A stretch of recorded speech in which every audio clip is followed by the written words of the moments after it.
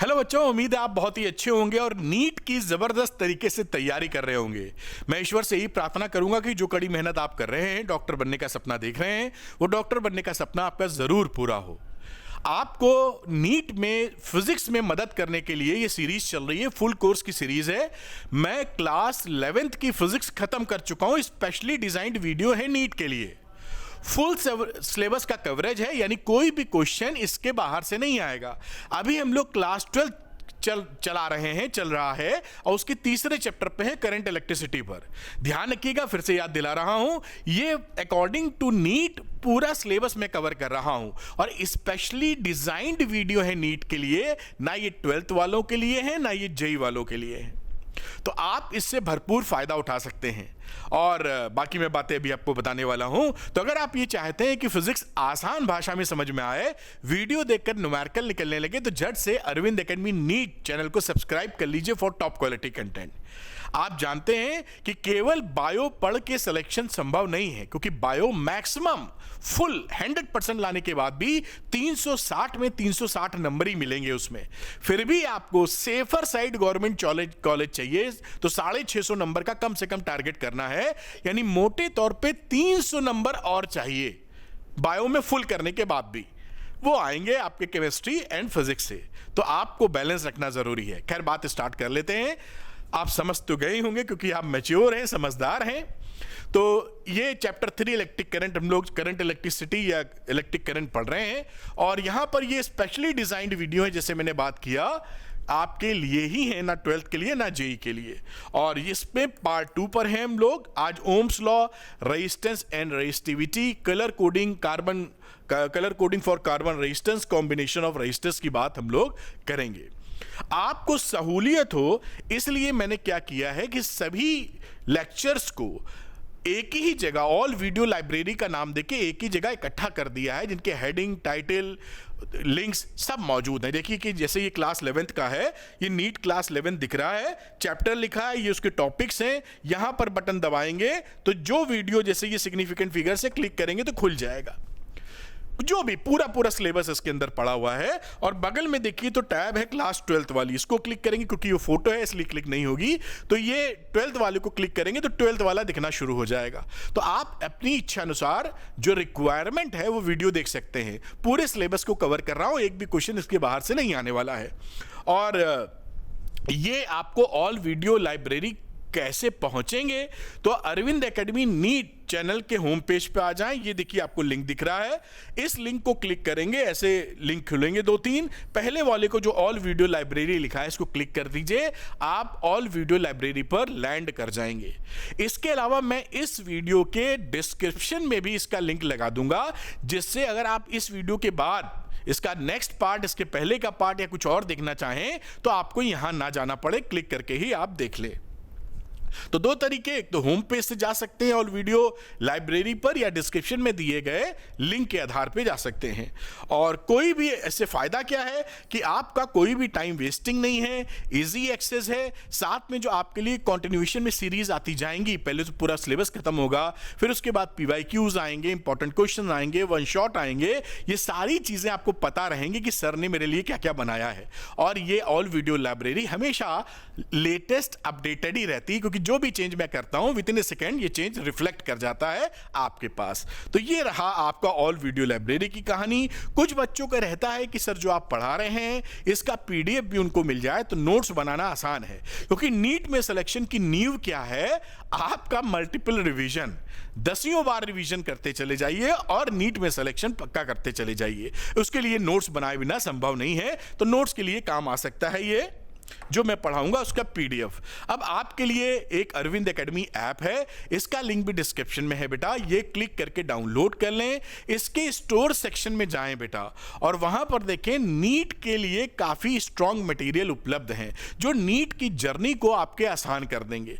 आपके डॉक्टर बनने का सपना वो पूरा करा सकते हैं। तो आप उन मटेरियल्स को लेकर अपनी पढ़ाई को नेक्स्ट लेवल पे ले जा सकते हैं और पढ़ाई अपनी आसान कर सकते हैं। चलिए बात को स्टार्ट करते हैं, जिस वजह से ये वीडियो बनाया जा रहा है। तो ये रहा शुरुआत में ओम्स लॉ। ओम्स लॉ आप क्लास 10th से पढ़ते आए हैं, कोई खास बात नहीं है, लेकिन बड़ा इंपॉर्टेंट लॉ है। खास बात क्यों नहीं है? क्योंकि आप ये जानते हैं कि किसी भी कंडक्टर के टर्मिनल्स पर या एंड्स पर जब आप पोटेंशियल डिफरेंस V क्रिएट करते हैं तो इसमें फ्लो करने वाली करंट I के प्रोपोर्शनल होती है, सब्जेक्ट टू कंडीशन कि इसकी फिजिकल कंडीशंस ना चेंज हो। इस तार की फिजिकल कंडीशन मतलब इसमें प्रेशर ना बढ़े, इसका टेम्परेचर ना बढ़े, इसमें स्ट्रेस ना बढ़े, वगैरह वगैरह। तो कोई भी फिजिकल कंडीशंस अगर चेंज नहीं होती हैं तो V is proportional to I आप बोल सकते हैं, यानी पोटेंशियल डिफरेंस बढ़ाने पर करंट बढ़ती जाएगी। और प्रोपोर्शनलिटी कांस्टेंट एक लगा देते हैं तो V is equal to I R, बड़ा फेमस सा फॉर्मूला आपके सामने आ जाता है और इसी को हम बोलते हैं ओम्स लॉ। R होता है रेजिस्टेंस, इसके बारे में भी आगे जिक्र करने वाले हैं हम लोग। तो this is the Ohm's law, बस सब्जेक्ट टू कंडीशन की मैकेनिकली जो उसकी फिजिकल प्रॉपर्टीज हैं वो चेंज नहीं होनी चाहिए। अब छोटी मोटी चीज जो ग्राफिकल आपसे पूछ लेते हैं उसका भी जिक्र कर लें, जैसे आसान लगे आपको। जैसे कि मैंने बात बताई आपको कि V is equal to I R, तो आप देख रहे हैं V is proportional to I। ऐसी रिलेशनशिप को बोलते हैं लीनियर रिलेशनशिप।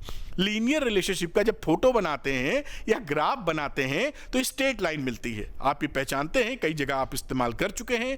तो V इज प्रोपोर्शनल I का मतलब इसके V और I के बीच में ग्राफ बनाएंगे तो स्ट्रेट लाइन आपको मिलेगी। तो ये देखिए Y एक्सिस पे अगर आप V को प्लॉट कर दें तो बच्चों जैसा देखा था हम लोगों ने कि V को अगर हम लोग Y एक्सिस पे प्लॉट कर दें और I को X एक्सिस पे प्लॉट कर दें, ये देखिए जो प्लॉटिंग करी है, तो यहां पर ये जो स्ट्रेट लाइन मिलती है ना, इसके स्लोप को ही रेजिस्टेंस बोलते हैं। ये देखिए थीटा मिल रहा है, तो थीटा अगर है तो इसका स्लोप क्या हो जाएगा?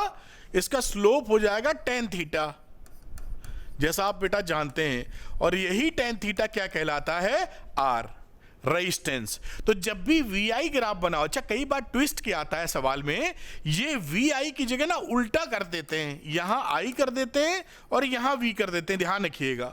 तो इस समय इसका जो स्लोप होगा वो तो I अपॉन V होगा ना, तो ये 1 अपॉन R के बराबर चला जाएगा। आप ध्यान रखना इस ग्राफ में, इस ग्राफ में I अपॉन V हो जाएगा जो 1 अपॉन R के बराबर है, और इस ग्राफ में V अपॉन I है स्लोप, और ये आपका R के बराबर है, ये आपका VI ग्राफ है। ऐसे क्वेश्चंस अक्सर आ जाते हैं, जैसे कि आपसे पूछा जाता है कि दो टेम्परेचर्स हैं T2 T1, अब बताइए किसका रेजिस्टेंस यहां ज्यादा है? तो आप सिंपल सी बात देखेंगे कि जिसका स्लोप ज्यादा, थीटा ज्यादा तो tan थीटा ज्यादा, 0 से 90 के बीच में, तो थीटा ज्यादा तो tan थीटा ज्यादा, यानी स्लोप आपका इसका ज्यादा है, स्लोप T1 का ग्रेटर है स्लोप T2 के बेटा।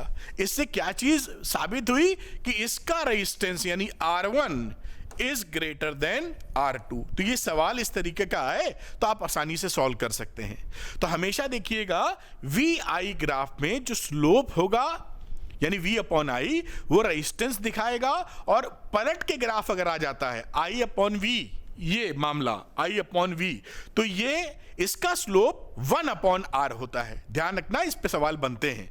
अच्छा दूसरी बात यहां लिखी हुई है कि जो रेजिस्टेंस ओम्स लॉ फॉलो करते हैं वो ओमिक रेजिस्टेंस कहलाते हैं, और जो रेजिस्टेंस ओम्स लॉ फॉलो नहीं करते वो नॉन ओमिक रेजिस्टेंस कहलाते हैं। तो नॉन ओमिक रेजिस्टेंस कैसे हैं? जैसे रजिस्टर्स हैं, गैसेस हैं, ये लिखा हुआ गैसेस हैं, क्रिस्टल रेक्टिफायर्स हैं, थर्मोनिक वॉल्व्स हैं, ट्रांजिस्टर्स हैं, ये सब आपका ओम्स लॉ फॉलो नहीं करते। ओम्स लॉ फॉलो ना करने का मतलब कि ये जो स्ट्रेट लाइन आ रही है ओरिजिन से जा रही है, उनकी जो या तो स्ट्रेट लाइन नहीं मिलेगी या ओरिजिन से नहीं जाएगा। तो ऐसा कुछ भी अगर होगा तो वो ओम्स लॉ फॉलो नहीं कर रहा है जब VI में ग्राफ बनाया जाएगा। तो ओम्स लॉ फॉलो करने वाले ओमिक रेजिस्टेंस, ओम्स लॉ नहीं फॉलो करने वाले नॉन ओमिक रेजिस्टेंस। मेरे ख्याल से बात आप तक पहुंची होगी। अगली बातचीत को आगे के लिए समझते हैं, जहां लिखा रेजिस्टेंस एंड रेजिस्टिविटी। तो V is equal to IR में जो हमने देखा था ना, तो ये जो R था यानी V अपॉन I, इसे रेजिस्टेंस कहते हैं मैथमेटिकली। लेकिन अगर आप उसका कॉन्सेप्ट समझना चाहें कि भाई है क्या, तो ये एक इंट्रिंसिक समझ लीजिए प्रॉपर्टी कह सकते हैं, ये एक प्रॉपर्टी है कह लीजिए, इंट्रिंसिक बोलना ठीक नहीं है क्योंकि घटती बढ़ती रहती है तो ऐसे इंट्रिंसिक ही। तो एक ये प्रॉपर्टी है किसी कंडक्टर की जो चार्जेस के फ्लो का अपोज करती है। और उसी को हम बोलते हैं रेजिस्टेंस। जब भी चार्ज या करंट फ्लो करना चाहती है तो उसके अपोज करने का जो प्रॉपर्टी है उसे ही हम रेजिस्टेंस कहते हैं। और रेजिस्टेंस को हम लोग कैसे नापते हैं? V/I से, जैसा कि आप पहले से जानते आए हैं। अब एक टर्म और होता है जिसे बोलते हैं रेजिस्टिविटी या स्पेसिफिक रेजिस्टेंस। यहां पर देखिए ये फॉर्मूला भी जाना पहचाना है, 10th से पढ़ते आ रहे हैं आप। R = ρL/A। ये जो रो है ना, ये रो आपका स्पेसिफिक रेजिस्टेंस है। दिस इज रो RHO और ये स्पेसिफिक, इसको रेजिस्टेंस बोलते हैं, रेजिस्टेंस, और या फिर इसको रेजिस्टिविटी, इसमें खास बात क्या होती है, ये लेंथ और एरिया पे डिपेंड नहीं करता। रो की बात कर रहे हैं, कैपिटल R रेजिस्टेंस तो डिपेंड करता है, रो नहीं डिपेंड करता। रो किन चीजों पे डिपेंड करता है? एक तो nature of material, nature of material का मतलब एल्युमिनियम है कि कॉपर है, ठीक है। दूसरी बात टेम्परेचर, तो इसकी डिपेंडेंसी टेम्परेचर पर होती है और इसकी डिपेंडेंसी बेटा नेचर ऑफ मटेरियल पर होती है। तो रो विल डिपेंड ऑन 2 थिंग्स, एक तो नेचर ऑफ मटेरियल, मैं नेचर ही लिख देता हूं, या नेचर ऑफ मटेरियल जिस पे ये डिपेंड करेगा, और दूसरा रहा बेटा टेम्परेचर। बाकी ये लेंथ पर, लेंथ बढ़ा रहे हैं घटा रहे हैं, एरिया बढ़ा रहे हैं घटा रहे हैं, इस पे इसका कुछ फर्क नहीं पड़ने वाला। तो ये कहानी किसकी हो गई बेटा? रो की। मेरे ख्याल से आप बात पूरी आसानी से पकड़ पाए होंगे। अब इस पे छोटे मोटे सवाल बनते हैं जो आपके नीट में पूछे जाते हैं, और मुझे उम्मीद है कि आप 100% उसको सही करते होंगे, फिर भी मैं बता रहा हूं। जैसे the resistance of a wire is R ओम। एक रेजिस्टेंस है, एक वायर ले लो, इसका लेंथ L ले लेते हैं, एरिया A ले लेते हैं, और रेजिस्टेंस बेटा R हो गया according to question. What will be its new resistance if it's stretched to n times its original length? अब इसको खींच कर हमने क्या किया है? n टाइम्स कर दिया है। तो जब इसको खींचा है, देखिए ऐसे लंबा कर दिया, अब इसकी लेंथ कितनी हो चुकी है? L-NL के बराबर, और पूछ रहा है हमको R' बता दो, ठीक। तो अभी हम R' बता देंगे। हमें ये पता है कि R का जो फॉर्मूला होता है वो ρL/A होता है, ये फॉर्मूले के बारे में जानकारी है। यहां बात करते हैं कि ये दोनों जिस तार को आप खींचे हैं ना, इसका वॉल्यूम तो सेम रहेगा ना भाई, जो मटेरियल भरा वो थोड़ी कम ज्यादा हो रहा है। तो वॉल्यूम V1 = V2, मतलब एरिया इसका A लिए हैं और इसका L लिए हैं, तो AL = इसको मैं A'/L' कर देता हूं। वॉल्यूम तो बराबर रहने वाला है। अब मैं बात करूं अगर A'/A की, तो आप क्या लिखेंगे? L/L', और L/L' कितना है? ये 1/n के बराबर, या L' को ऊपर कर लो तो n के बराबर।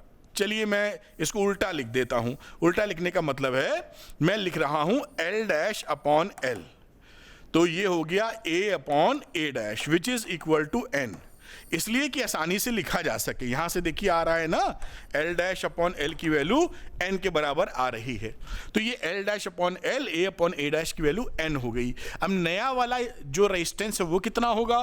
तो उसको लिखो R' = रो, तो बदलेगा नहीं, मटेरियल सेम है।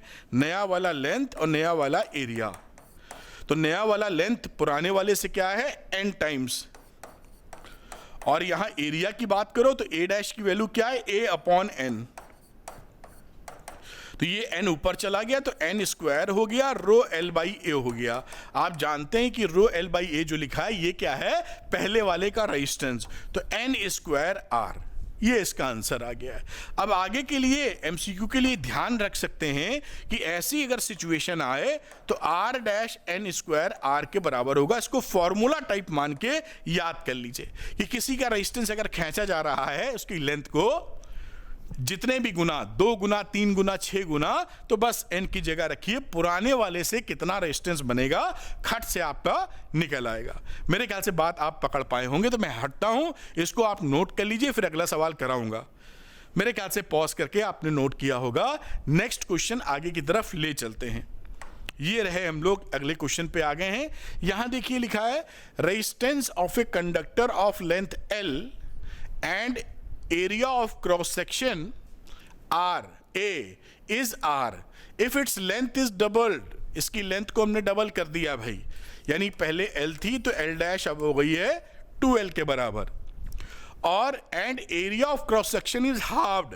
एरिया पहले का आधा है, पहला एरिया ए था, तो अब का एरिया हमारा है ए डैश बराबर a/2। ये हमें सिचुएशन कंडीशन दे रखी है। Then find its new resistance, अभी निकालेंगे, कोई समस्या ही नहीं है। आर के लिए लिखिए रो L/A, इसके कॉन्टेक्स्ट में R dash rho L dash upon A dash, बात खत्म। रो तो बदल नहीं रहा क्योंकि मटेरियल सेम है। L डैश की जगह लिख दीजिए 2L, A डैश की लिख दीजिए A/2, अभी पीछे वाला हमने देखा ही था, 2 ऊपर चला गया तो ये हो गया 2 स्क्वायर रो L/A, यानी 2 स्क्वायर इंटू पहले वाले का R, यानी 4R। यही आंसर है। देखिए बहुत ही आसानी से निकाल लेंगे। पॉज करके वीडियो नोट कर लीजिए, आगे की चर्चा जारी रखते हैं। तो मैं हटता हूं, आप इसको नोट करें, पॉज करें, नोट करें, ठीक है। नेक्स्ट आगे की बातचीत लेके चलते हैं। अब बात आती है इस रेजिस्टेंस का क्या यूनिट है। तो यूनिट आप पहचानते हैं, 1 ओम, या ओम इज द यूनिट, जिसे 1 वोल्ट अपॉन एम्पियर भी आप कहते हैं। बस 1 ओम क्या होता है, 1 1 1 तीनों जगह 1 वोल्ट का पोटेंशियल डिफरेंस लगाएं और करंट 1 एम्पियर हो तो उसके बीच का रेजिस्टेंस कितना बोल देंगे, 1 ओम। बात खत्म हो गई। नोट क्या है, कोई भी कंडक्टर जो होता है वो अगर रेजिस्टेंस ऑफर कर रहा है तो उसको हम बोल देते हैं रेजिस्टर। तो रेजिस्टर कोई स्पेशल चीज नहीं है, कोई भी कंडक्टर है जो रेजिस्टेंस ऑफर कर रहा है तो रेजिस्टर हो गया, कोई बड़ी बात नहीं। खैर अब कुछ छोटे छोटे टर्म हैं जैसे कि कंडक्टिविटी। तो कंडक्टिविटी को आप सी से कंडक्टेंस की बात कर दें तो कंडक्टेंस कंडक्टिविटीज की बात पढ़ेंगे। तो कंडक्टेंस की बात करें तो कंडक्टेंस होता है रेजिस्टेंस का reciprocal. C is equal to 1/R, this is conductance, और इसकी यूनिट होती है 1/ओम या ओम पर ओम या सीमेन। ये इसकी यूनिट है जो कि आपकी कंडक्टेंस की यूनिट है। अब दूसरी चीज आती है कंडक्टिविटी, जो रेजिस्टिविटी का उल्टा होता है या रेसिप्रोकल होता है। तो ये रहा आपका कंडक्टिविटी, जिसे हम सिग्मा से दिखाते हैं और 1/ρ लिखते हैं। This is conductivity. तो इसको भी जहां भी इस्तेमाल होगा, क्योंकि अभी हम लोग देखेंगे, तो आप वहां इसका इस्तेमाल कर सकते हैं। चलिए अगली बात देखते हैं, ओम्स लॉ का वेक्टर फॉर्म। हमने स्केलर फॉर्म तो पढ़ा था, जिसे मैं समझा दूं आपको। देखिए ये जो ओम्स लॉ होता है ना, इसको ये स्केलर फॉर्म है। स्केलर फॉर्म क्यों बोल रहे हो, क्योंकि इसके अंदर स्केलर गिनतियां हैं। V स्केलर क्वांटिटी है, I स्केलर है, R स्केलर है, कोई भी वेक्टर क्वांटिटी नहीं है। इसी का एक वेक्टर फॉर्म होता है जिसमें वेक्टर पैरामीटर्स होते हैं, जो कि आपने पढ़ रखा है, फिर भी याद दिला दे रहे हैं। ये आपका ओम्स लॉ का वेक्टर फॉर्म है बेटा। J is equal to sigma E। J क्या है, करंट डेंसिटी। मैं लिख देता हूं, मालूम तो आपको होना चाहिए, होगा। ये है करंट डेंसिटी, है ना। और ये सिग्मा अभी आपने पढ़ा था, क्या था, कंडक्टिविटी। और E क्या था बेटा, इलेक्ट्रिक फील्ड। तो ये ओम्स लॉ का वेक्टर फॉर्म है, क्योंकि इसके अंदर J और E वेक्टर क्वांटिटीज इन्वॉल्व हैं। तो हमेशा ध्यान रखिएगा, scalar form, vector form, Ohm's law का। J is equal to sigma E। J है करंट डेंसिटी, सिग्मा है कंडक्टिविटी, E है इलेक्ट्रिक फील्ड। में हट जाता हूं, इसको थोड़ा सा आप इसको नोट कर सकते हैं। चलिए एक कदम और आगे बढ़ाते हैं और यहां थोड़ा सा इसका ऑपरेशन करते हैं, कुछ चीजें समझने के लिए। जो यहां लिखा है इसी की हेल्प लेते हैं। जैसे मैं करंट डेंसिटी का मैग्नीट्यूड की बात करूं तो वो होता है NEVD। NEVD आप पढ़ चुके हैं। अब NEVD में अगर मैं ड्रिफ्ट वेलोसिटी जो है उसका वैल्यू रख दूं, जो कि इलेक्ट्रॉन के लिए E τ/m, ये टाउ क्या है, रिलैक्सेशन टाइम, आप जानते हैं, इस डिस्कशन हो चुका है। तो ये J की वैल्यू हो जाएगी इसको सॉल्व करने पे NE² τ/m × E। अब इसको हम कंपेयर कर दीजिए इस इक्वेशन से जो पीछे आई थी, J is equal to sigma E से। इससे हमने इसको कंपेयर कर दिया, ठीक। तो कंपेयर करने पे ये वैल्यू सिग्मा आ गई। सिग्मा क्या थी, कंडक्टिविटी। तो ये कंडक्टिविटी सिग्मा ये है, और कंडक्टिविटी किसके बराबर होती है, 1 रेजिस्टिविटी के।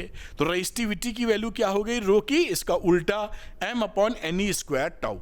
ये कई जगह काम आ जाता है आपके, मतलब फॉर्मूले वगैरह न्यूमेरिकल वगैरह में, तो इसको भी ध्यान रख लीजिए कि जो रेजिस्टिविटी होती है उसकी वैल्यू m/ne² इंटू टाउ होती है। मेरे ख्याल से ये बात आप पकड़ पाए होंगे।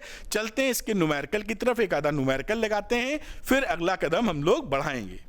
तो ये रहा बेटा इसके आगे का न्यूमेरिकल। यहां पर देखते हैं, a copper wire has a resistance of 10 ohm. Copper wire के पास रेजिस्टेंस 10 ओम है and area of cross section है 1 millimetre square. A potential difference of 10 volt exist across the wire.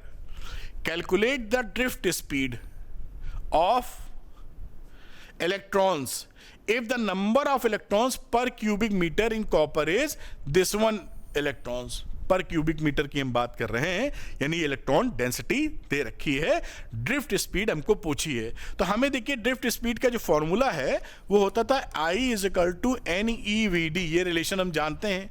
अब I की जगह यहां क्या लिख सकते हैं, V/R, क्योंकि VR दे रखा है, तो इसको मैं लिख रहा हूं V/R = NeAVd।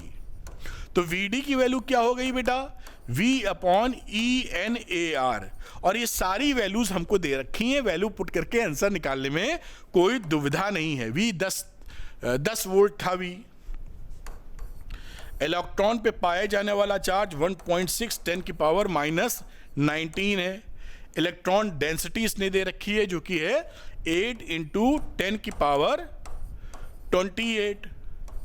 फिर एरिया ऑफ क्रॉस सेक्शन जो कि 1 मिलीमीटर स्क्वायर है, ये रहा 10⁻⁻6, और R भी 10 ओम था, ये रहा बेटा 10 ओम। बस सॉल्व कर लीजिए इसको। जब आप सॉल्व करेंगे तो यू विल गेट 0.078 मिलीमीटर पर सेकेंड, और ये देखिए आपका आंसर आ जाएगा। सॉल्व करने पे बड़ी आसानी से आप सवाल निकाल सकते हैं। तो मैं हटता हूं, इसको नोट कर लीजिए, इससे अच्छा खासा फील मिल जाता है जो बातें हम लोग पढ़ रहे हैं। तो मैं हटता हूं, अगली चीज हम लोग पढ़ेंगे इसके आगे, टेम्परेचर की डिपेंडेंसी। रेजिस्टिविटी टेम्परेचर पे कैसे डिपेंड करता है, तो आइए बात को समझते हैं। तो जैसा मैंने बताया था कि जो रेजिस्टिविटी होती है रो, वो एक तो नेचर ऑफ मटेरियल पे डिपेंड करती है और दूसरा टेम्परेचर पर डिपेंड करती है। तो टेम्परेचर से बात करें तो 1/टाउ, टाउ क्या है, रिलैक्सेशन टाइम। जब नॉर्मली आप कंडक्टर का जब टेम्परेचर बढ़ाते हैं तो टाउ कम हो जाता है। रिलैक्सेशन टाइम क्या होता है, दो सक्सेसिव टक्करों में लगने वाला समय। इलेक्ट्रॉन आयन से भिड़ता है जब कंडक्टर में चलता है, तो दो सक्सेसिव लगातार जो टक्कर हो रही है उसमें लगने वाला एवरेज टाइम। तो जब आप ज्यादा टेम्परेचर करेंगे तो ज्यादा भगदड़ हो जाएगी उसकी, तो जल्दी टक्कर मारेगा तो टाउ कम हो जाएगा। तो टाउ अगर कम हो जाएगा तो यहां से दिख रहा है रो हमारा बढ़ जाएगा। तो टेम्परेचर बढ़ाने पर कंडक्टर की रेजिस्टिविटी बढ़ती है। इसी तर्ज पर अगर लिखा जाए तो रो इज ρ0 1 + α T - T0। ये इसमें रो रेजिस्टिविटी है, T0 टेम्परेचर पे ρ0 और T टेम्परेचर पे रो रेजिस्टिविटी है। अल्फा क्या है, alpha temperature coefficient of resistivity या कोफिशिएंट ऑफ रेजिस्टिविटी कह दीजिए, थर्मल टेम्परेचर कोफिशिएंट कह सकते हैं इसको। चलिए आगे इस बात फार्मूले को बढ़ाते हुए देखिए, यहां पर इसी फार्मूले को और तोड़ के फैला के लिख दिया गया है। अल्फा क्या है, टेम्परेचर कोफिशिएंट ऑफ रेजिस्टिविटी। बढ़िया। और उसी फॉर्मूले से अगर आप अल्फा निकाल लोगे तो ρ - ρ0/ρ0 T - T0 की वैल्यू आ जाएगी। ये कोफिशिएंट ऑफ रेजिस्टिविटी हमारा निकल आया। अब हम जानते हैं कि जो R होता है ना वो रो के प्रोपोर्शनल होता है। यहां से देखा था फॉर्मूला, ρL/A, अगर LA फिक्स रखें तो R इज प्रोपोर्शनल टू रो हो गया साहब। यानी रो का जो बिहेवियर है वही बिहेवियर R का होगा। तो इसी तर्ज पर R का फॉर्मूला बना लेते हैं। R = R0 1 + α T - T0, और यहां से अल्फा निकाल लो फिर तुम, तो ये R के सेंस में आ गया। Alpha = R - R0/R0 T - T0। बढ़िया, बात समझ में आती है। अब एक कदम आगे बढ़ाइए, कुछ आपको फिगर दिखाते हैं जो टेम्परेचर बढ़ाने पर मेटल का या कंडक्टर का कैसा बिहेवियर है, सेमीकंडक्टर का कैसा बिहेवियर है, एलॉयस का कैसा बिहेवियर है, ये समझने में हमारी मदद करेगा। तो पहला वाला जो ग्राफ आपको दिख रहा है ये मेटल के लिए है। कंडक्टर में, क्योंकि इसका जो अल्फा होता है ना पॉजिटिव होता है, alpha is positive. Alpha positive होने का मतलब क्या है कि टेम्परेचर बढ़ाने पर रेजिस्टेंस बढ़ रहा है, ये अल्फा पॉजिटिव का मतलब है। तो आपने देखा कि मेटल्स के, ये मेटल्स का है, तो मेटल्स के केस में जैसे जैसे टेम्परेचर बढ़ा रहे हैं रेजिस्टेंस बढ़ता चला जा रहा है। इन केस ऑफ सेमीकंडक्टर्स, ये कहानी सेमीकंडक्टर्स की है। सेमीकंडक्टर्स, इसमें अल्फा इसका नेगेटिव होता है, यानी टेम्परेचर बढ़ाने पर रेजिस्टिविटी इसकी घटती है। तो ये टेम्परेचर आप जैसे जैसे इंक्रीज कर रहे हैं, देखिए वैसे वैसे इसकी रेजिस्टिविटी घट रही है। और तीसरा वाला फिगर या डायग्राम एलॉय का है, ये रहा एलॉय। इस एलॉय में ये 0 पर नहीं होता, यहां से स्टार्ट होता है और स्लोप इसकी अपेक्षा इसका स्लोप कम होता है, यानी टेम्परेचर डिपेंडेंसी कम होती है लेकिन कम होती है। जल्दी से टेम्परेचर बढ़ाएंगे तो तुरंत रेजिस्टिविटी नहीं चेंज करेगी, it will take more temperature increase. ठीक, तो ऐसे एलॉयज इसीलिए हम लोग यूज भी करते हैं कई जगह कि जहां पर टेम्परेचर के साथ रेजिस्टिविटी ना बढ़ना हमारी ज़रूरत होती है। तो ये एलॉयज की कहानी, ये सारी बातें लिखी जो मैंने समझाया है। यहां पर टेम्परेचर बढ़ाने पर रेजिस्टिविटी बहुत तेज नहीं बढ़ती, ठीक, और ये ओरिजिन से पास भी नहीं हो रहा है कि टेम्परेचर 0 किया तो रेजिस्टेंस 0 मिले। ठीक है, आगे की बात चर्चा को बढ़ाते हुए एक न्यूमेरिकल है, इसको भी करेंगे हम लोग। यहां लिखा है the resistance of a thin silver wire 1 ओम है 20 डिग्री सेंटीग्रेड पर। तो इसको अगर आप चाहें इस फिगर को तो लिख भी सकते हैं, जैसे आर नॉट लिख दीजिए टेम्परेचर को, या R1 R2 कह दीजिए, कोई दिक्कत नहीं, मैं R1 ही बोल देता हूं। R1 की वैल्यू 1 ओम है, कहां पर, जब हमारे पास T1 है 20 डिग्री सेंटीग्रेड। आगे क्या कह रहा है, the wire is placed in a liquid bath and it resistance rises to 1.2 ohm. नया रेजिस्टेंस हमारे पास 1.2 ओम है। What is the temperature of the bath, हमें निकालना है बेटा यहां पर T2 temperature bath. For silver is this one, और जो अल्फा, ये अल्फा लिखा है, alpha for silver is this one. Alpha हमको दे रखा है जो मैं रिपीट नहीं कर रहा हूं। फॉर्मूले के तौर पे हम जानते थे R2 या RT बात कर रहे थे, वहां पर R1 R2 लिख दिया हमने। तो R2 या R1 1 plus alpha T2 minus T1, वही वाला फॉर्मूला है जो मैंने भी लिखा था, वो कुछ इस तरह लिखा था, आप कंफ्यूज ना हो इसलिए लिख रहा हूं। RT is equal to R0 1 plus alpha T minus और ये T0। इसी फॉर्मूले को R1 R2 के सेंस में लिख दिया है, कोई भी दिक्कत की बात नहीं है, जो भी वेरिएबल आप चाहें लिख सकते हैं। अब इसमें फॉर्मूले में इनपुट कर देता हूं इन डाटा को। 1.2 हो रहा है, बाद में रेजिस्टेंस पहले था 1 ओम, 1 प्लस अल्फा की वैल्यू यहां दे रखी है 3.8 इंटू 10 की पावर -3 और T माइनस T0, यानी T यहां टेम्परेचर T2 ले लो और T1 की जगह 20 डिग्री सेंटीग्रेड, ये वैल्यू यहां इंसर्ट कर दी। अब यहां से T2 की वैल्यू फाइंड कर लीजिए, तो you will get after calculation हमारा जो T2 का वैल्यू आएगा, बहुत ही सिंपल सी इक्वेशन है, T2 निकालना है, वो 72.6 डिग्री सेंटीग्रेड आएगा और यही आपका बेटा आंसर हो जाएगा। इस तरीके से बहुत आसानी से जो टेम्परेचर डिपेंडेंसी वाले सवाल हैं उस पर आप हमला बोल सकते हैं। तो इसको आप नोट कर लीजिए। फिर अगला बड़ा इंटरेस्टिंग टॉपिक है जिसे बोलते हैं colour coding of carbon register, तो ये आपने नोट कर लिया होगा। अगले टॉपिक को देखते हैं जो कि है colour coding of carbon resistors. देखिए कार्बन रजिस्टर्स ना बहुत इकोनॉमिकल होते हैं और बहुत जगह इसका इस्तेमाल किया जा सकता है क्योंकि इनकी रेजिस्टेंस की रेंज बहुत ज़्यादा होती है, कम से ज़्यादा तक। अब जब इसको बनाते हैं ना तो ये काफ़ी छोटे होते हैं, छोटे होने की वजह से इसकी रेजिस्टेंस की वैल्यू इसके ऊपर अगर छाप दी जाएगी तो नेकेड आई से देखना मुश्किल होगा, आपको लेंस लेके देखना पड़ेगा, तो एक झाम हो जाएगा, एक झंझट हो जाएगी। इसीलिए इससे बचने के लिए हम क्या करते हैं, कार्बन रजिस्टर जो कि काफ़ी छोटे हैं, आपने देखे होंगे उम्मीद कर रहा हूं, इनके पर कलर कोडिंग कर देते हैं, कलर्स लगा देते हैं 4 तरह के, कभी कभी 4 लगाते हैं, कभी कभी 3 लगाते हैं, कभी कभी तो 5 लगाते हैं, हमें तो 4 ही तक का मामला समझना है। तो कार्बन रजिस्टर पर हमारी कलर कोडिंग क्यों होती है आप समझ पाए, जिससे हम कलर को, जब कलर की पट्टियां होंगी उसको देख के समझ जाएंगे इसका रेजिस्टेंस क्या है। ठीक, कलर कोडिंग इस तरीके से होती है, जैसे आप 4 बैंड्स यहां पर हैं। पहला बैंड फर्स्ट डिजिट बताता है, अभी आपको बताऊंगा। सेकंड बैंड सेकंड डिजिट बताता है, तीसरा वाला मल्टीप्लायर होता है और चौथा वाला टॉलरेंस को शो करता है। तो ये देखिए यहां पर first digit, second digit, multiplier, tolerance. तो कलर कोडिंग क्यों होती है आप समझ गए, क्योंकि दिखाई पड़े आसानी से, कहां लेंस लेके छोटे छोटे रजिस्टर्स को गिनते फिरेगा आदमी, तो आसानी पड़ जाएगी। खैर, अब इसके लिए एक टेबल बना दी गई है। अच्छा, तीसरी वाली टॉलरेंस की हम लोग बात कर लेते हैं। देखिए, अगर जो चौथे नंबर का कलर है वो अगर सिल्वर कलर है, ये टॉलरेंस की हम बात कर रहे हैं, यहां फोर्थ कलर,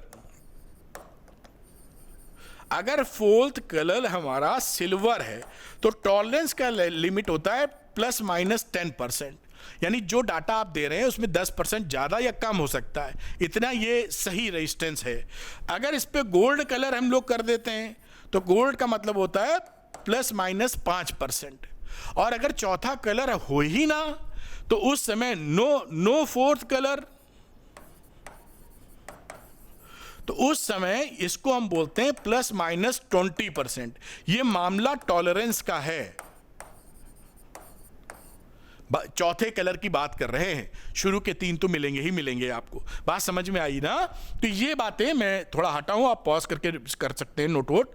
तो ये सिल्वर, गोल्ड और फोर्थ कलर नहीं है तो की कहानी है। यही बात इसमें समझाई गई है जो मैंने भाषा में प्रेम से आपको समझा दी है। अब हम लोग सीधे चलते हैं उस मुद्दे पर जो चार्ट हमारे काम का है।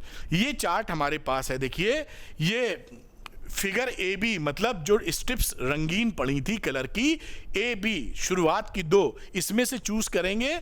मल्टीप्लायर तीसरे नंबर का, इसमें से टॉलरेंस की बात हम लोगों ने कर ही ली है।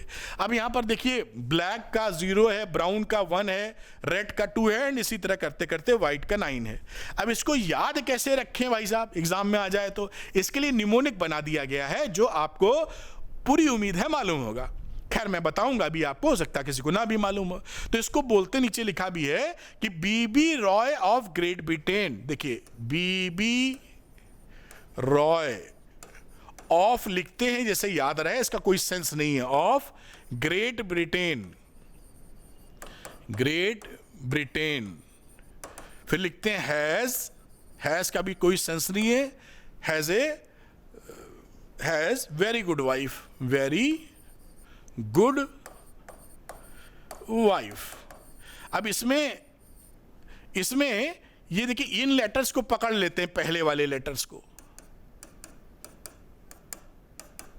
देख पा रहे हैं। तो जैसे BBR, फिर उसके बाद R के बाद आप पकड़ लीजिए ये OY, ये मतलब ये देखिए 5 है ना इसमें, इसको पूरा ले लो 5। तो ये शुरू के 1 से 5 तक, ये 1 2 3 4 5 बीबी रॉय। ऑफ हटा दीजिए, ग्रेट ब्रिटेन का G और ग्रेट ब्रिटेन हो गया, G और B ग्रेट ब्रिटेन। हैज हटा दीजिए, वेरी गुड वाइफ 10 हो गया। इसको याद रखने का तरीका BB Roy of Great Britain has a very good wife, और उससे आप इसको याद कर सकते हैं। ये सीरियल नंबर 0 से लेकर 9 तक जाता है, क्योंकि 10 कलर आ रहे हैं इसमें, तो 0 से स्टार्ट करो 9 तक चले जाएगा। मल्टीप्लायर में भी ऐसा ही है, 10 की पावर 0 से स्टार्ट करेंगे और 10 की पावर 9 तक पहुंचेंगे। तो ये बात आपको याद रखने का तरीका है, कलर कोडिंग क्यों कैसे होती है। एग्जाम्पल ले लेते हैं जिससे हम इसको करना सीख जाएं, बिना एग्जाम्पल के कहां आ पाएगा। तो ये पकड़ते हैं एग्जाम्पल आपके लिए। अब इसमें बोला गया है, how will you represent a resistance of 3700 ±10% by colour code. अब इतनी इसकी वैल्यू है कार्बन रजिस्टर्स की, इसकी कलर कोडिंग बताओ। तो कलर कोडिंग के लिए देखिए इस वाले की फिगर को हम लिखते हैं 37 इंटू 10 की पावर 2 ±10%। ये टॉलरेंस है, ये मल्टीप्लायर है ना, और ये पहली 2 डिजिट है, first digit and second digit. बात मेरे ख्याल से आप समझ पाए। तो ये पहली वाली 3 क्या रिप्रेजेंट कर रही है, पहली digit BB Roy of Great Britain से चले गए देखने, तो 3 नंबर वाली ऑरेंज है देखिए। तो पहला कलर हमारा क्या आ गया, ऑरेंज। ये फर्स्ट डिजिट लिख देते हैं। फिर सेकंड डिजिट लिख रहे हैं, जो कि यहां सेकंड डिजिट क्या है, 7। तो इसके लिए आ जाओ 7 नंबर पे। 7 नंबर वाला वॉयलेट है, देखिए यहां पर लिखा आपने वॉयलेट। मल्टीप्लायर पे आ जाइए। अब ये मल्टीप्लायर है, मल्टीप्लायर जो कि है 10 की पावर 2, थर्ड नंबर का 0 1 2। अब थर्ड नंबर पे क्या है, 2। ये आ गया रेड, ये देखिए 10 की पावर 2 है ना, रेड आ गया, तो इसको रेड लिख दिया जाएगा, कोई समस्या थोड़ी है। ये रहा रेड। अब चौथा वाला यहां पर ±10% है, ये टॉलरेंस की कहानी है।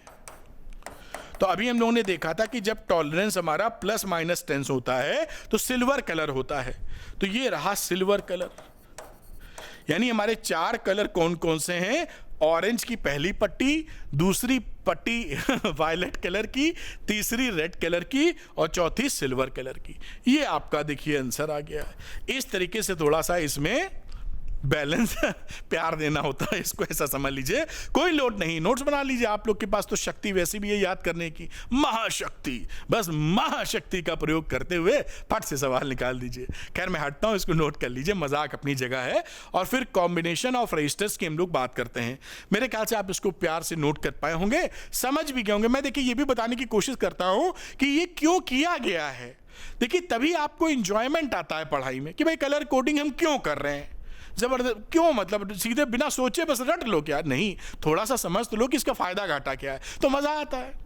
भाई आप भी डॉक्टर बनने का सपना देख रहे हैं तो आपको कुछ लग रहा होगा ना कि मेरा ख्वाहिश है, मेरा ड्रीम है, कुछ आगे करेंगे तो कुछ लिंक्ड मामला है, तभी तो मेहनत कर पाएंगे। अगर आप सब भूल जाएं कि नहीं मेरा कुछ पर्पस ही नहीं है लाइफ में, बस मुझे करना है, सब चाह रहे हैं इसलिए मुझे डॉक्टर बनना है, तो कितनी ताकत लगा पाएंगे, ज़्यादा लंबा थोड़ी मेहनत कर पाएंगे। और ऐसा तो है नहीं कि कल को मान लीजिए ईश्वर करे आप सेलेक्ट हो जाए बढ़िया जगह, एम्स दिल्ली पहुंच जाएं, वहां क्या पढ़ाई नहीं पढ़नी पड़ेगी उसके बाद, तो वहां मन नहीं करेगा पढ़ने का, दित तेरी किल्लत तेरी, ऐसा थोड़ी है। भाई डॉक्टर जो मेडिकल फील्ड है इसमें तो पढ़ाई काफ़ी रहती है, और पढ़ाई करके ही आप विद्वान बनते हैं और लोगों की जान बचाते हैं, है ना। तभी तो डॉक्टर को बोलते हैं भगवान का रूप है। तो भगवान का रूप बनने के लिए मेहनत तो करनी पड़ेगी, ऐसे तो नहीं बन जाएगा कोई भगवान का रूप, है ना। तो आप समझ पा रहे हैं कि आपको अगर अंदर से ख्वाहिश है कि भाई मुझे डॉक्टर बनना है, पर्पस है, जो भी है, बाकी मैं बात और नहीं कर रहा हूं। और आजकल तो अच्छे डॉक्टर अपना कैरियर भी बनाते हैं, बड़ा पैसा भी कमाते हैं, लोगों का भला भी करते हैं। तो पॉजिटिव थिंकिंग रहेगी तो सोसाइटी का भी भला होगा और आप भी अपने लाइफ स्टाइल को अच्छा कर पाएंगे, दोनों काम हो जाएंगे। थोड़ी मेहनत लगेगी उसमें, जो आप करेंगे ही। तो खैर इसको आप नोट कर लीजिए, मेरे ख्याल से नोट कर पाए। आगे की चर्चा हम लोग करते हैं। अब हम लोग करेंगे कॉम्बिनेशन ऑफ रजिस्टर्स। तो जो बेसिक कॉम्बिनेशन होता है देखिए वो सीरीज पैरेलल होता है। ये बचपन से आप समझ रहे हैं, बचपन का मतलब 9th-10th क्लास। तो आप बेसिक इसके कॉम्बिनेशन जानते हैं, सीरीज कॉम्बिनेशन और पैरेलल कॉम्बिनेशन। अगर कहीं पे, और इन दोनों का मिक्स्ड भी जानते हैं। और जहां पर भसड़ फैल जाती है, सीरीज पैरेलल समझ में नहीं आता, वहां के लिए किरचॉफ लॉ लगाते हैं। वो अगले जो भी लेक्चर आएगा इसके बाद वाला, वहां डिस्कशन में लाएंगे हम लोग। तो एक होता है सीरीज, प्योर सीरीज, बहुत आसान सवाल हो गए, प्योर पैरेलल। फिर इसका मिक्स्ड कॉम्बिनेशन, जहां पहचानते हैं कौन सीरीज कौन पैरेलल में, वैसे सवाल निकाल लेते हैं। फिर एक तीसरा होता है, इतनी मिक्सिंग होती है कि हम पकड़ ही नहीं पाते कि कौन सा सीरीज में कौन सा पैरेलल। तो उसके लिए किरचॉफ लॉ तो है ही हमारे पास, कि कुछ भी हो जाओ हमारे पास ब्रह्मास्त्र है, वो लगा के हम काम कर लेंगे। तो वो किरचॉफ लॉ बाद में सीखेंगे, अभी हम लोग सीरीज पैरेलल की बात कर रहे हैं। तो सीरीज रेजिस्टेंस की बात की जाए तो सीरीज रेजिस्टेंस कैसे होता है, end to end encryption type का। व्हाट्सएप में कहते हैं ना एंड टू एंड डिस्क्रिप्शन, मैंने भेजा तुमको मिला, तीसरा नहीं देख पाएगा। हमारे तुम्हारे बीच का मामला एंड टू एंड ही है। तो यहां पर क्या होता है, एक का एंड खत्म होता है तो दूसरे की शुरुआत होती है। मतलब जैसे लाइन लगाते थे स्कूल में, ये रेजिस्टेंस है, देखिए ये इसका एंड है, तो दूसरे वाले का स्टार्ट ऐसे हो जाएगा, फिर तीसरे वाले का स्टार्ट ऐसे हो जाएगा। तो इस कॉम्बिनेशन को आप सीरीज कॉम्बिनेशन पुकार देते हैं। एक का एंड, दूसरे की शुरुआत, दूसरे का एंड, तीसरे की शुरुआत। इस कॉम्बिनेशन में जैसा आप जानते भी हैं, करंट सभी में सेम रहती है। Current will be same in all resistors. और इसका इक्विवेलेंट रेजिस्टेंस निकालने का फॉर्मूला भी देखिए यहां लिखा है। अगर ये R1 है, ये R2 है, ये R3 है, तो R नेट या R इक्विवेलेंट कितना होता है? R1 R2 plus R3। इसमें एक चीज ये भी ध्यान दी जाती, जो मजा आता है समझने में, कि इन तीनों में जो भी रेजिस्टेंस सबसे बड़ा है, सीरीज में सीरीज का इक्विवेलेंट उससे भी बड़ा होता है, क्योंकि सिंपली जुड़ रहे हैं। मान लीजिए 1 2 3 ओम के हैं, तो आर इक्विवेलेंट कितना होगा? 6, यानी 3 जो मैक्सिमम था उससे भी बड़ा है। तो जो मैक्सिमम रेजिस्टेंस होता है आर इक्विवेलेंट उससे भी बड़ा आता है। ये आर सीरीज का कॉम्बिनेशन है। वोल्टेज जो होता है इसी हिसाब से वोल्टेज ड्रॉप हो जाता है V/N की तरीके से। ये तो ये लिखा हुआ है कि अगर हमने n इक्वल रेजिस्टेंसेस लगा दिए तो जो आर इक्विवेलेंट बनेगा वो NR बनेगा, और वोल्टेज ड्रॉप कितना होगा? V/N। तो उस हिसाब से V और R का रिलेशनशिप आप समझ गए हैं। यहाँ V1 V2 V3 वगैरह ये सीरीज कॉम्बिनेशन है, जैसा आप समझ पा रहे हैं। अब पैरेलल कॉम्बिनेशन का जिक्र कर लेते हैं। ये आप समझ गए होंगे, मैं तो हटता हूं, कई बच्चे शायद इसको नोट करने का चाहत रखें। तो ये पैरेलल कॉम्बिनेशन की बात करेंगे। तो पैरेलल कॉम्बिनेशन में क्या होता है कि जो रेजिस्टेंस होते हैं उनके दोनों सिरे एक ही जगह कनेक्टेड होते हैं, यानी पहला दूसरा तीसरा है तो तीसरों का एक सिरा एक छोर पे कनेक्टेड है और तीनों का दूसरा सिरा एक छोर पे कनेक्टेड है। फिजिक्स की भाषा में बोले तो इन तीनों के बीच में सेम पोटेंशियल डिफरेंस होता है। ये फिजिक्स की भाषा है जो ज्यादा साइंटिफिक है, और जनरल भाषा का प्रयोग करें तो इन तीनों का एक एंड एक जगह है और इन तीनों का दूसरा एंड एक जगह है, तो पोटेंशियल डिफरेंस सेम हो गई होगा।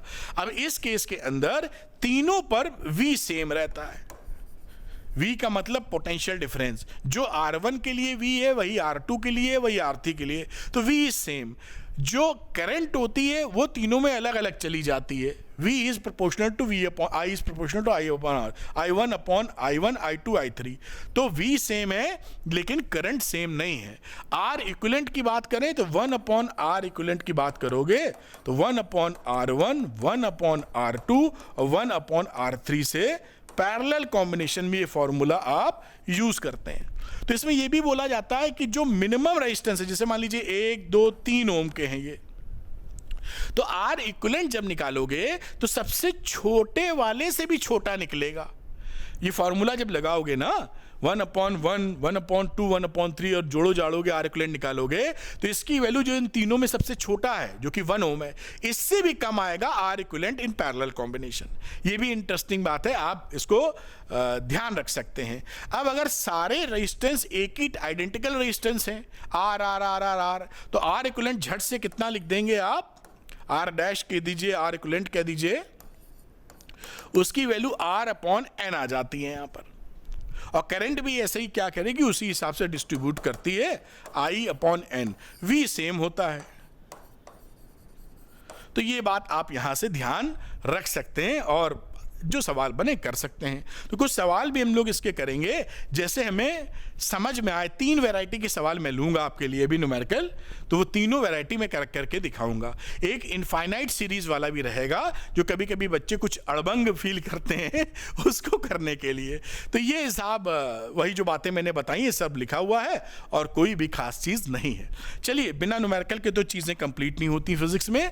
ये 2 छोटे छोटे खिलौने हैं जिनसे हमको खेलना है, आराम से खेलेंगे, चिंता ना करें आप। तो find the equivalent resistance between A and B. यहां पर पहले वाला लेते हैं, ए ये है, बी ये है, ए बी के बीच का रेजिस्टेंस निकालना है। अब आप ध्यान से देखिए कि ऐसी कोई ब्रांच हमको मिले जिससे हम पहचान पाए सीरीज पैरेलल क्या है। तो ये देखिए, ये जो ब्रांच दिख रही है इसके बीच में कोई लफड़ा नहीं है, एंड टू एंड एक ही लगे हुए हैं, तो ये दोनों सीरीज में, यानी ये और ये कैसे आ गए सीरीज कॉम्बिनेशन में। सीरीज में तो R1 प्लस R2 का फॉर्मूला होता है, तो ये अगर सीरीज में है तो इनका रेजिस्टेंस क्या हो गया, R1 लिख देता हूं 20 + 30 50 ओम। अब अगर ए बी के बीच में एक आर्म 50 ओम की है तो इसका रेजिस्टेंस देखिए क्या बना, ए इधर बना दो, एक तो ऐसे बना बी जो कि है 50 ओम, और एक दूसरा वाला और आप निकाले हैं ये R1 जो कि है 50 ओम। बात पकड़ में आई होगी। अब आप जान रहे हैं कि इन दोनों रेजिस्टेंस में दोनों के एंड तो एक ही जगह लगे हैं, दोनों की पोटेंशियल डिफरेंस सेम है, तो ये पैरेलल कॉम्बिनेशन में है। तो इसकी वैल्यू अगर 1/R इक्विवेलेंट निकालेंगे, ये किस कॉम्बिनेशन में है? पैरेलल। ये किस कॉम्बिनेशन में थे? सीरीज। सीरीज में हमेशा देखिएगा यहां से कनेक्शन तीसरे का नहीं होना चाहिए, साफ रास्ता हो, एंड टू एंड हो, एक के बाद एक। तो यहां पर R इक्विवेलेंट का मतलब 1/, ये 50। अभी आप देखिए दोनों 50 है ना, तो सीधे आंसर 25 हो जाएगा। आइडेंटिकल वाला पढ़ा था ना, R/N। तो R यहां पे 2 हैं 50-50 के, R/2 यानी 25 सीधे आंसर आ गया। फिर भी मैं करके दिखा रहा हूं आपके। तो एक तो फॉर्मूला ये होता है, और दो रेजिस्टेंस में जल्दी निकालने के लिए आप जानते होंगे R इक्विवेलेंट को आप इस तरह भी करते हैं, दो रेजिस्टेंस के लिए R1 R2 R1 + R2, इसी फॉर्मूले से निकालते हैं। तो यहां पर लिखेंगे तो कितना लिखेंगे? 50 × 50, और ये 50 + 50, तो ये वैल्यू आ गई 50 × 50/100, तो ये वैल्यू हो गई 25 ओम। ये आपका आंसर है। हमेशा इस चीज को लगा सकते हैं, और ध्यान रखिए इक्विवेलेंट तो आधा हो जाएगा।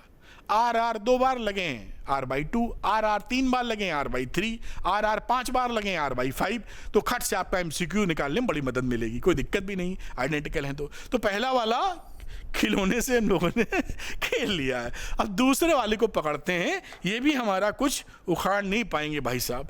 तो नंबर 2 की बात करते हैं। यहां पहचानने की कोशिश करेंगे कि सीरीज पैरेलल कौन क्लियर कट मिल रहा है। तो आप इस AB के बीच में हमको निकालना था। इस वाली आर्म को देखिए यहां से सीधा गया, एंड खत्म, फिर दूसरा शुरू, फिर यहां मिला। तो ये दोनों भाई साहब कैसे हैं? सीरीज कॉम्बिनेशन में। अब सीरीज कॉम्बिनेशन में अगर मैं इसको R1 कह दूं, तो R1 का मतलब है सीरीज के लिए 4 + 1 यानी 5 ओम, ये सीरीज था। अब नया डायग्राम अगर आप बनाएं, तो A से अगर मैं शुरू करूं, देखिए ध्यान से, इतना आपको बनाना नहीं पड़ेगा, ये तो आपको समझाने के लिए बना रहा हूं मैं। ये रहा 3 ओम, वरना ओरली कर लेंगे आप। ये रहा B, यहां ये, और ये दोनों का मिलाकर एक और आ गया है, विच इज R1 आपने लिखा है, जो कि 5 ओम का है। और ये कितने ओम का था? 3 ओम का। ये कितने का था? 8 ओम का। ये सर्किट डायग्राम पहले से सिंप्लीफाइड वर्जन है। अब हमें समझ में आ गया कि इनके अगेंस्ट में दोनों सेम एंड पर कनेक्टेड हैं, तो ये पैरेलल कॉम्बिनेशन है। फट से निकालो ना। तो मैं आगे लिख के चलता हूं, और इसको मैं लिख देता हूं, ये दोनों हमारे कैसे हो गए? पैरेलल। तो मैं RP निकाल देता हूं, P फॉर पैरेलल, छोटा है इसलिए RP लिख सकते हैं। तो अगेन R1 R2, आप वही वाला फॉर्मूला लगाएंगे 2 के लिए, जल्दी हो जाता है इससे। 3 × 5/3 + 5, तो 15/8। मेरे साथ हैं आप? ये 15/8 आ गया, और 15/8 में ये यहां पर लगता है कि रेजिस्टेंस छूट गया, लेकिन जो भी वैल्यू हो, ये फोटो तो यही है, ठीक है। ये 15/8 हमने बनाया। अब 15/8 इसकी जगह आ गया, तो अब इसका सर्किट डायग्राम कैसे बना सकते हो? ये देखिए 8 ओम है, और यहां बेटा ये 15/8 ओम है, और ये पहुंच गए B पर। बस ये दोनों फिर से सीरीज में आ गए। अगर सीरीज में आ गए हैं, तो R इक्विवेलेंट अब फाइनल लिखेंगे, R नेट लिख दीजिए, इक्विवेलेंट लिख दीजिए 8 + 15/8, ये वैल्यू लिखी जा सकती है। तो 8 अगर LCM है तो 64 + 15/8, 60 70 75 79/8 ओम। ये आपका देखिए आंसर आ गया। बहुत ही बेसिक सवाल था, लेकिन फिर भी आपको आना चाहिए, तभी बात बनेगी। तो मैं इसको दिखाता हूं, इसको नोट कीजिए, फिर अगला सवाल भी हम लोग करेंगे। तो ये देखिए, ये आपके नीचे लाता हूं और यहां रोकता हूं। बहुत ही आसान तरीके से आप कर सकते हैं। इसको पॉज करें बेटा, और नोट डाउन कर लें। मेरे ख्याल से नोट डाउन कर पाए होंगे। थोड़ा ऊपर बढ़ाता हूं इसको, ये यहां पर, यहां तक लेके आता हूं, मैं हटता हूं। इसको आप नोट डाउन बेटा कर लीजिए, ठीक है। मेरे ख्याल से नोट कर पाए होंगे। अगले सवाल की तरफ चलते हैं और उसकी चर्चा करते हैं। तो ये रहा आपका अगला सवाल। अब इसमें देखिए, अब find the equivalent resistance between A and B in the following case. इस केस के अंदर हमको निकालना है।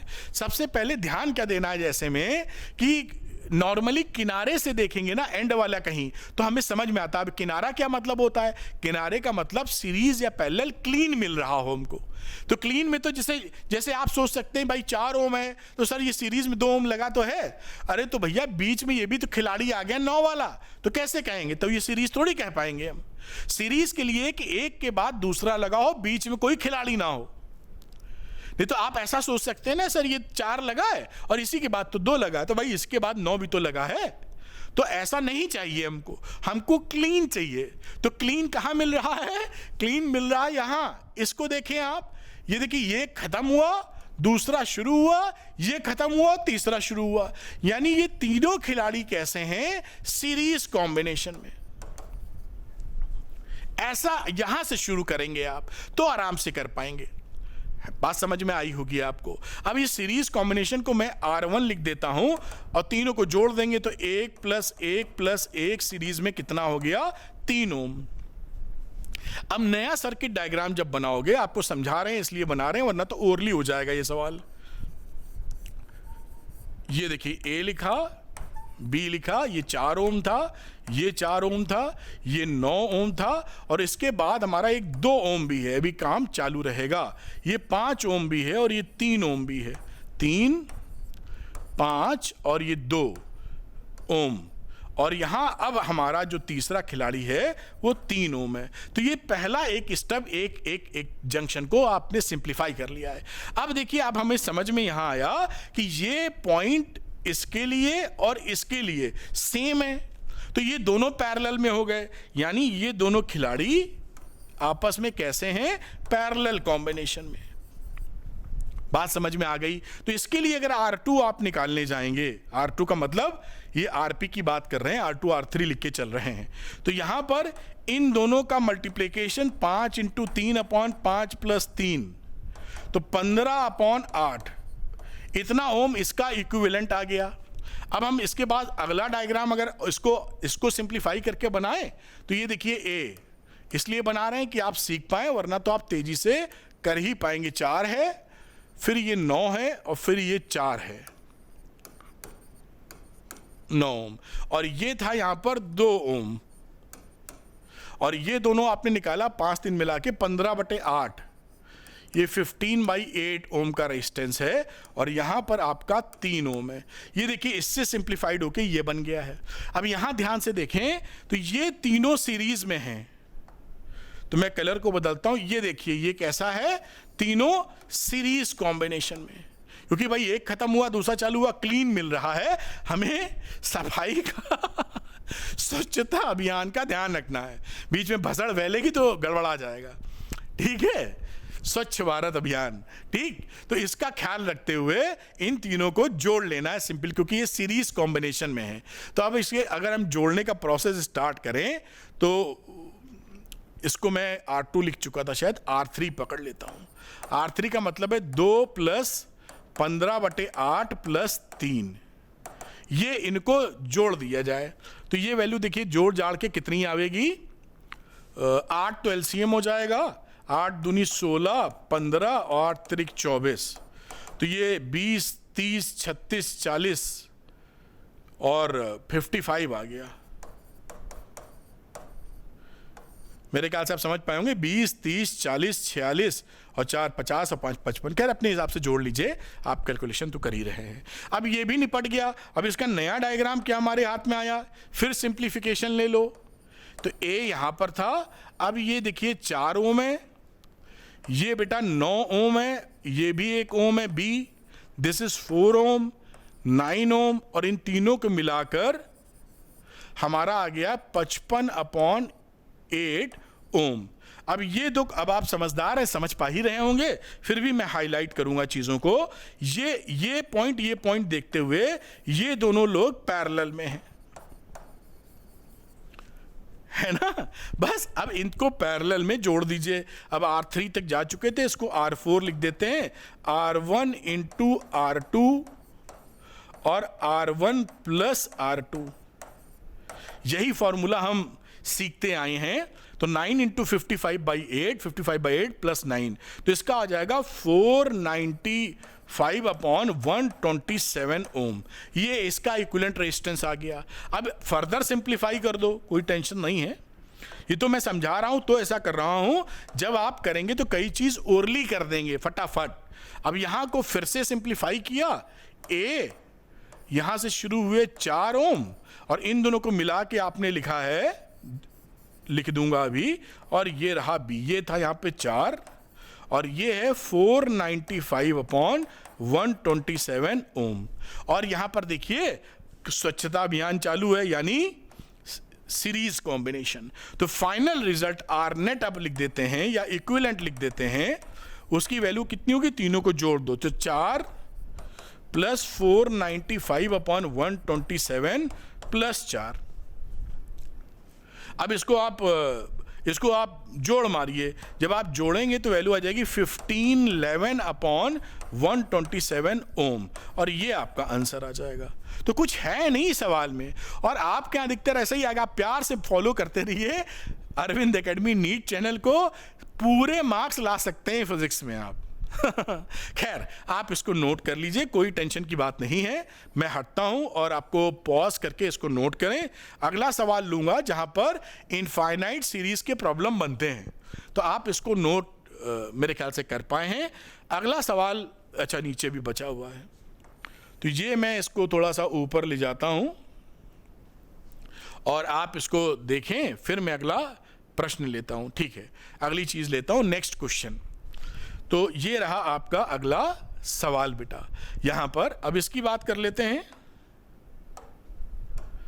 और लिखा है फाइंड। देखिए ये इनफाइनाइट सीरीज है, तो इनफाइनाइट सीरीज को कैसे करते हैं बहुत प्यार से मैं बताने वाला हूं, सारे सवाल सही होंगे।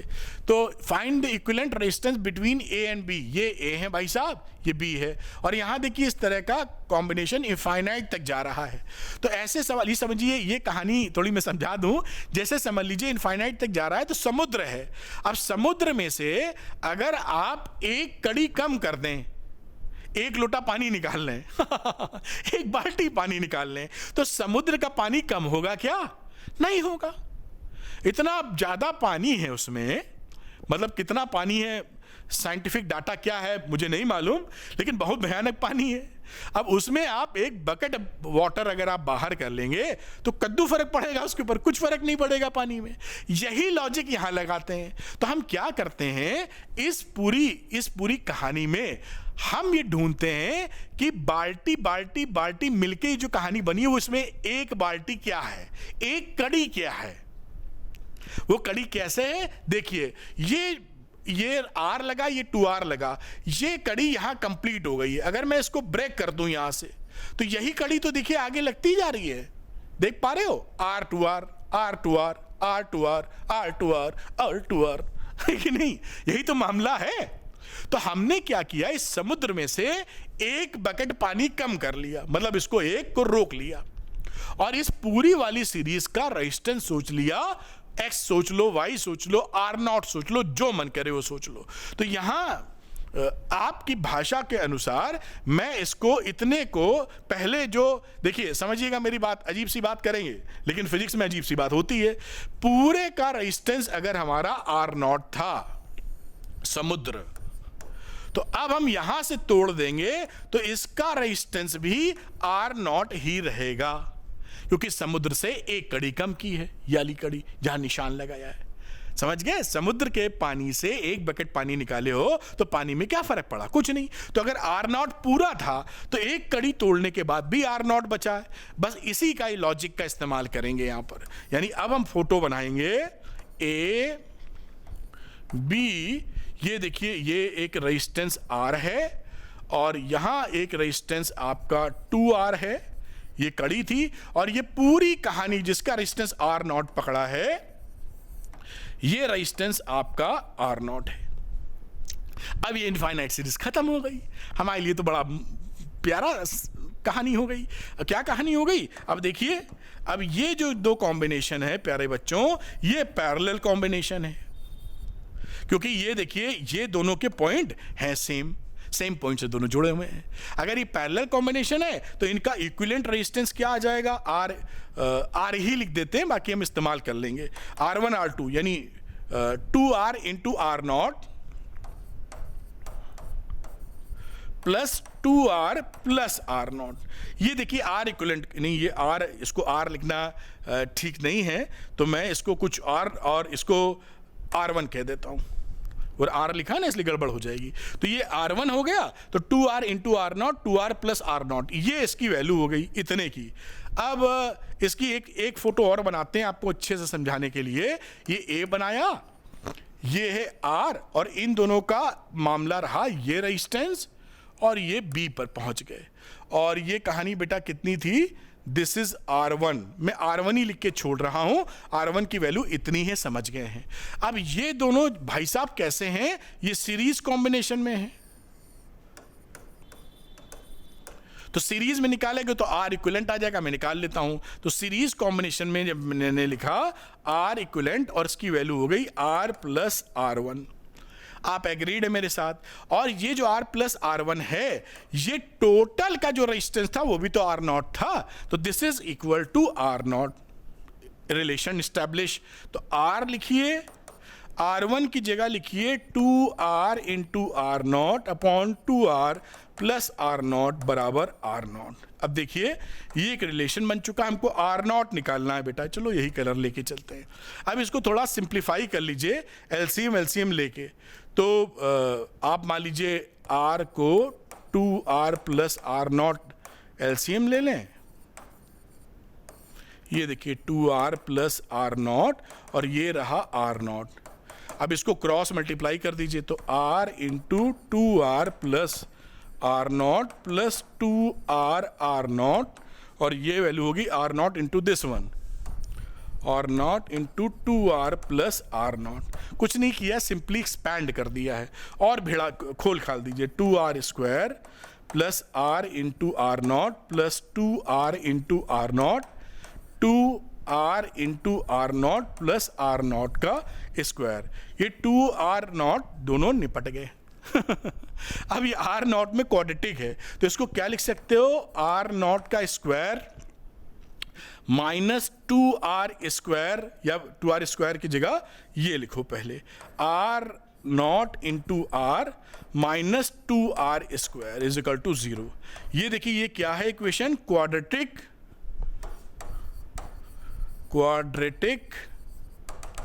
इन R0। ये R0 में क्वाड्रेटिक हो गई ना, क्वाड्रेटिक इक्वेशन याद है ना, ax square plus bx plus c is equal to 0। ये क्वाड्रेटिक होती थी, x की वैल्यू जब निकालते थे तो minus b plus minus under root b square minus 4ac upon 2a लगाते थे। उम्मीद है आपको ये बढ़िया तरीके से फॉर्मूला पता होगा। ठीक, इसी फॉर्मूले को यहाँ चिपका देंगे, मतलब अप्लाई कर देंगे। तो R0, हमने R0 में क्वाड्रेटिक है, x की जगह यहाँ पर R0 है, तो R0 लिखा, माइनस बी लिखेंगे, तो ये देखिए माइनस बी का मतलब माइनस आर है, कंपेयर कर दिया ना एबीसी क्या है, plus minus under root B square मतलब माइनस आर का स्क्वायर माइनस 4ac, ए 1 है और c आपका माइनस 2r स्क्वायर है अपॉन 2a, 2 और a आपका 1 है। प्यार से लगा लीजिए बिना किसी टेंशन के। अब यहां पर वैल्यू निकालने का कार्यक्रम, मतलब थोड़ा सा आगे बढ़ते हैं। R0 ये वैल्यू प्लस हो गई, प्लस माइनस यहां हो गया आर स्क्वायर माइनस ये minus minus plus 8 R square upon 2। अब ये 8 एक मिलके 9 हो गया, 9 का रूट लेंगे तो 3r मिल जाएगा, तो r plus minus 3r upon 2। एक बार प्लस वैल्यू लेंगे तो r plus 3r upon R0 भी लिख देते हैं, R0 is equal to r plus 3r by 2 लोगे तो 4r बाई 2 आ जाएगा, यानी वैल्यू बनी 2r। और उसके बाद अगली वैल्यू ले लो माइनस, तो R0 की वैल्यू क्या बनी, r माइनस 3r अपॉन 2, तो ये आ जाएगा माइनस 2r अपॉन 2 और ये माइनस r। तो माइनस r तो होता नहीं, रिजेक्ट कर दो भाई, रेजिस्टेंस माइनस तो कभी सुना नहीं, मतलब होता ही नहीं, तो केवल यही एक्सेप्ट करेंगे। तो इसका आंसर क्या हो गया, आंसर इज R इक्विवेलेंट जो है वो 2R के बराबर है। इस तरह से ये ट्रिक, ये मेथड लगाया जाता है इनफाइनाइट सीरीज के रेजिस्टेंसेस में, जो आप प्यार मोहब्बत से इसको हैंडल कर सकते हैं, कोई टेंशन नहीं होती। और ये तो मैंने इतना आपको समझाया है, जब आप प्रैक्टिस में रहेंगे तो इसका 70% हिस्सा ओरली कर लेंगे और बहुत तेजी से सवाल निकाल पाएंगे। तो ये आप इसको नोट कर लें बेटा, फिर आगे की बात हम लोग करते हैं। मैं इसको दिखाता हूं, पॉज करें, नोट करें। पूरा फंडा मैंने प्यार से आपको समझाया है, तो पॉज करके इसको नोट कर लेना चाहिए। मेरे ख्याल से नोट कर पाए होंगे आप। इसको थोड़ा ऊपर ले जाते हैं और अभी भाई पहुंचा कि नहीं है, हाँ ये हो गया। इसको आप नोट कर लीजिए, मेरे ख्याल से आप नोट कर पाए हैं, पूरी चीज आ गई। अब आ गया है 3 क्वेश्चन चैलेंज का टाइम, यानी आज के ही टॉपिक पर बेस्ड आपके लिए 3 क्वेश्चंस, और ये क्वेश्चन निकलने ही चाहिए, तभी इस वीडियो देखने का फायदा है, वरना आपने देखा और आप भूल गए, कोई मतलब नहीं रहा। अगर किसी क्वेश्चन को करते वक्त आप अटक रहे हैं तो या इस वीडियो में टाइम स्टैंप लगा मिलेगा, उस टाइम स्टैंप पर जाकर 2 मिनट लगाकर इन्वेस्ट करके वो चीज पक्की कर लें, तभी तो आपका सिलेक्शन गवर्नमेंट कॉलेज में होगा। तो यहां पर मैं इसको आपको 3 question challenge chapter 3 part number 2, post your answers in comment section, for answers join Arvind Academy NEET Telegram channel, link दिया है डिस्क्रिप्शन के अंदर। तो पहला क्वेश्चन आपके सामने है दिस वन। मैं क्वेश्चन नंबर 1 लिख देता हूं और आपको 5 सेकंड का वक्त देता हूं, जिससे आप पॉज करके नोट कर पाएं। तो 5 सेकंड का वक्त ले लीजिए और नोट करके मुझे बताइए, मतलब क्या आपका आंसर है। 5 सेकंड हो गए होंगे। क्वेश्चन नंबर 2 आपके सामने लाता हूं, इसके लिए भी 5 सेकंड का वक्त लीजिए और बताइए कि आपके हिसाब से इसका आंसर क्या होने वाला है, और कमेंट सेक्शन में इसको पोस्ट कीजिए, जिससे आपका पक्का हो जाए कि हाँ भाई आप सही तरीके से चीजों को समझ पाए हैं। क्वेश्चन नंबर 3, चैलेंज नंबर 3, और ये चैलेंज के बारे में आप बताएं कि साहब आप इस चैलेंज को बढ़िया तरीके से कर पाए हैं कि नहीं। मेरे ख्याल से पॉज कर चुके होंगे। तो अगर आप ये चाहते हैं कि फिजिक्स आसान भाषा में समझ में आए, वीडियो देख के न्यूमेरिकल निकलें, आपका गवर्नमेंट कॉलेज में, मेडिकल गवर्नमेंट कॉलेज में सिलेक्शन हो, तो झट से अरविंद एकेडमी नीट चैनल को सब्सक्राइब कर लीजिए फॉर टॉप क्वालिटी कंटेंट। सारे क्वेश्चंस यहीं से आएंगे, मैं पूरा सिलेबस आपको करवा रहा हूं, एक क्वेश्चन भी बाहर से नहीं आएगा। वीडियो अगर पसंद आया तो लाइक और शेयर कीजिएगा। अरविंद एकेडमी नीट चैनल को तो आप सब्सक्राइब करेंगे ही जब आपको वीडियो पसंद आएगा तब। और इसका अगर पीडीएफ चाहिए तो Arvind Academy NEET Telegram channel को ज्वाइन कर लीजिए, लिंक डिस्क्रिप्शन में दिया है। ऑल वीडियो लाइब्रेरी का भी लिंक मैं अटैच कर रहा हूं डिस्क्रिप्शन में, क्लिक करके मनचाहा वीडियो जो आपकी रिक्वायरमेंट है आप देख सकते हैं। मेरा वादा है टॉप क्वालिटी कंटेंट आपके पास आता रहेगा। Thank you very much, wish you all the best.